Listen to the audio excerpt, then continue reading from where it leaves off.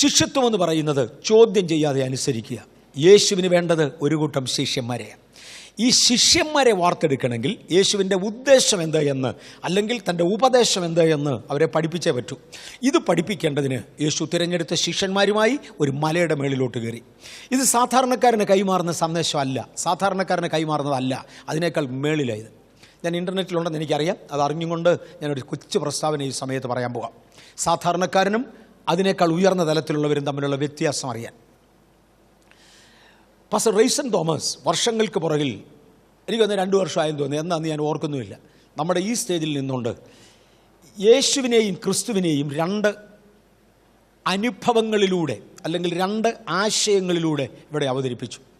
താൻ അന്ന് ഉപയോഗിച്ച ചില വാക്കുകൾ, 5 അപ്പം കൊണ്ട് 5000 പേരെ പോഷിപ്പിക്കുന്ന യേശുവിനെ നാട്ടുകാർക്ക് ഭയങ്കര സ്നേഹമാണ്, കാര്യം അനുഗ്രഹിക്കും, അപ്പം തരുമെന്നൊക്കെ പറഞ്ഞാൽ അവർക്ക് വലിയ ഇഷ്ടമാണ്.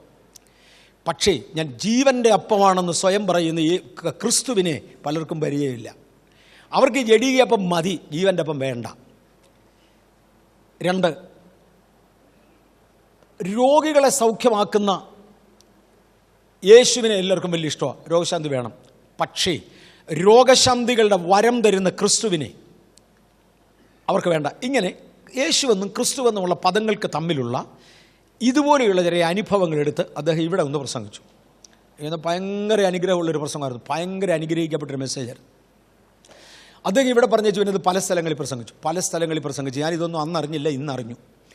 പല സ്ഥലങ്ങളിൽ, പല രാജ്യങ്ങളിൽ, പല ഭൂഖണ്ഡങ്ങളിൽ താനത് പ്രസംഗിച്ചു.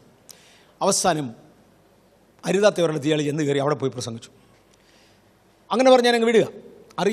അരുതാത്ത ഒരു സ്ഥലത്ത് അങ്ങേര് കയറി, അങ്ങേര് പാപം ചെയ്തെന്നല്ല ഞാൻ പറഞ്ഞത്, അത്ര ഉൾക്കൊള്ളാനുള്ള കഴിവില്ലാത്ത ഒരു സഭയിൽ ഇയാളെ വിളിച്ചു.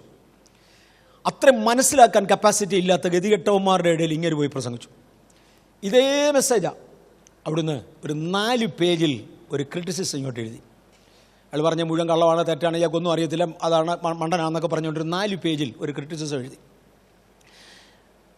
ഒരു നേതാവ് അടുത്ത നേതാവിന് അയച്ചു കൊടുത്തു, ആ നേതാവ് സൈൻ ചെയ്തു, അടുത്ത നേതാവിന് അയച്ചു കൊടുത്തു, അങ്ങനെ സൈൻ ചെയ്ത് അടുത്ത നേതാവിന് അയച്ചു കൊടുത്തു. ഇങ്ങനെ ഒരു 10 പേരുടെ അടുക്ക പോയി. പത്രങ്ങൾക്കെല്ലാം അയച്ചു കൊടുത്തു. റീസൺ കള്ളനാണെന്ന് പറയാൻ വേണ്ടി, ദുരുപദേഷ്ടാവാണെന്ന് പറയാൻ വേണ്ടി കൊണ്ടുപോകാൻ പറഞ്ഞു. അടുത്ത പത്രങ്ങൾക്കെല്ലാം അയച്ചു കൊടുത്തു. അവരെല്ലാം കൂടെ അത് എടുത്ത ശേഷം അവസാനം ടെലിവിഷന് കൊടുക്കാൻ വേണ്ടി ടെലിവിഷൻകാർക്ക് അയച്ചു കൊടുത്തു. ടെലിവിഷൻകാരത് എൻ്റെ പേർക്ക് അയച്ചു തന്നു. അതിൻ്റെ കൂട്ടത്തിൽ ബഥേലിൽ അദ്ദേഹം പ്രസംഗിക്കുന്ന ഒരു ലിങ്ക് വിട്ടിട്ടുണ്ട്. ഇവിടെയാണ് ആ മെസ്സേജ് കിടക്കുന്നത്. നിങ്ങളുടെ ചർച്ചിലാണ് പ്രസംഗിച്ചത്, എന്തോ വേണം. അവൻ ചുമ്മാരി, ഞാൻ ഇങ്ങനെ പറഞ്ഞു, പൗലോസ് ഒരിക്കൽ പ്രസംഗിക്കുന്ന സമയത്ത് പറഞ്ഞു, നിങ്ങൾ ഈ പ്രയോജനമില്ലാത്ത കാര്യം വിട്ടേച്ച് ജീവനുള്ള ദൈവത്തെങ്കിലേക്ക് തിരിയണമെന്നാണ് സുവിശേഷം. അതുകൊണ്ട് എൻ്റെ പൊന്നു സഹോദര, ടെലിവിഷനകത്ത് സ്പേസ് ഉണ്ടെങ്കിൽ നിങ്ങൾ ഈ പ്രയോജനമില്ലാത്ത കാര്യം വിട്ടേച്ച് ജീവനുള്ള ദൈവത്തെങ്കിലേക്ക് തിരിയും, മെനക്കേടുകാരെ കള. അദ്ദേഹം അത് പരസ്യപ്പെടുത്തിയില്ല. അതിനെ തുടർന്ന് വേറെ ചില പത്രങ്ങൾ പരസ്യപ്പെടുത്തി. എന്തിനെ വളരെ ചുരുക്കിയേക്കാം, ഇന്നലെ രാവിലെ എഴുന്നേറ്റപ്പോൾ എനിക്ക് വന്നിരിക്കുന്ന ഒരു മെയിൽ, വളരെ പ്രധാനപ്പെട്ട ഉന്നതമായ സ്ഥാനം വഹിക്കുന്ന ഒരാളാണ് എനിക്ക് ആ മെസ്സേജ് അയച്ചിരിക്കുന്നത്. പക്ഷേ ഇതെവിടെയെങ്കിലും ഒന്ന് കൺക്ലൂഡ് ചെയ്യണം. മലയാളി കമ്മ്യൂണിറ്റിയുടെ മൊത്തം എല്ലാ മീഡിയകൾക്കകത്തും ഇത് വന്നുകൊണ്ടിരിക്കുകയാണ്. നിങ്ങളുടെ മുമ്പിൽ നിന്ന് നിങ്ങളുടെ ചർച്ച വെച്ചല്ലേ പ്രസംഗിച്ചത്, എന്തേ താക്കീത് ചെയ്യാഞ്ഞത്? ഇതിനൊരു മറുപടി തരുമെങ്കിൽ മലയാളി പെന്തക്കോസ്തുകാർക്ക് ഇതൊരു ആശ്വാസമാകും. ദയവായിട്ട് ഇതിനൊരു മറുപടി തരണം. ഞാൻ ആ മനുഷ്യൻ്റെ പേർക്ക് ഇങ്ങനെ എഴുതി, ഞാനൊരു വിശദീകരണം പിന്നെ എഴുതാൻ നേരം കിട്ടുമ്പോൾ തൽക്കാലം ഞാനൊരു സമ്മറി മാത്രം എഴുതാം. അദ്ദേഹം പ്രസംഗിച്ചത് ബഥേലിൽ ഒരു ഉപവാസ പ്രാർത്ഥനയുടെ ഇടയ്ക്കാണ്. ദൈവത്തിങ്കിൽ നിന്ന് പ്രാപിക്കാൻ ആഗ്രഹിക്കുന്നവർ കൂടിയിരുന്ന ഒരു സമൂഹത്തോടാണ് അദ്ദേഹം അഡ്രസ്സ് ചെയ്തത്. മുത്തുകളെ പന്നികളുടെ മുമ്പിൽ കൊണ്ട് എറിഞ്ഞവനാണ് ഇതിൻ്റെ തെറ്റുകാരൻ. ഇത് മനസ്സിലാക്കാൻ കഴിവില്ലാത്ത താഴ്വരയിൽ കൊണ്ട് ഇതിട്ട് കൊടുത്താൽ ഇങ്ങനെ പലതും അവർക്ക് മനസ്സിലാകില്ല. അതിന് റീസൺ ഉത്തരവാദിയല്ല, ഞങ്ങൾ ഉത്തരവാദികളല്ല.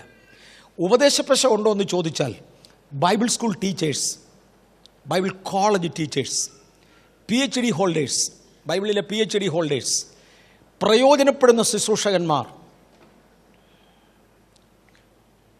പ്രയോജനപ്പെടുന്ന ശുശ്രൂഷകന്മാരെന്ന് പറഞ്ഞാൽ നമ്മുടെ ചർച്ചിനകത്ത് വരുന്ന ചില മെമ്പേഴ്സിന് 25 സഭകളുള്ളവരുണ്ട്, 50 സഭകളുള്ളവരുണ്ട്, 100 സഭകളുള്ളവരുണ്ട്. തമാശല്ലേ ഞാനീ പറയുന്നത്. ആരാണ്ടയുടെ സ്വോത്രാഴ്ച വിരിച്ചാൻ അവന് കൊടുത്തു എന്ന് പറയുന്നതല്ല. അവർ രൂപീകരിച്ച സഭകൾ, പ്രയോജനപ്പെടുന്ന ശുശ്രൂഷകന്മാർ ഇതിനകത്ത് വരുന്നുണ്ട്. ഈ ഉപവാസ പ്രാർത്ഥനകളിൽ പങ്കെടുക്കാൻ ലോകവ്യാപകമായ ആളുകൾ വരുന്നവരിൽ പലരും ഇങ്ങനെ പ്രയോജനപ്പെടുന്നവരാ. ഇങ്ങനെയുള്ള ആളുകളുടെ മുമ്പിലാണ് റെയ്സൺ പ്രസംഗിച്ചത്. ഒരാൾക്ക് പോലും അതിനകത്തൊന്നൊരു മണ്ടത്തരം കണ്ടിട്ടില്ല. കാര്യം അത് മനസ്സിലാക്കാനുള്ള കപ്പാസിറ്റി ഉണ്ട്.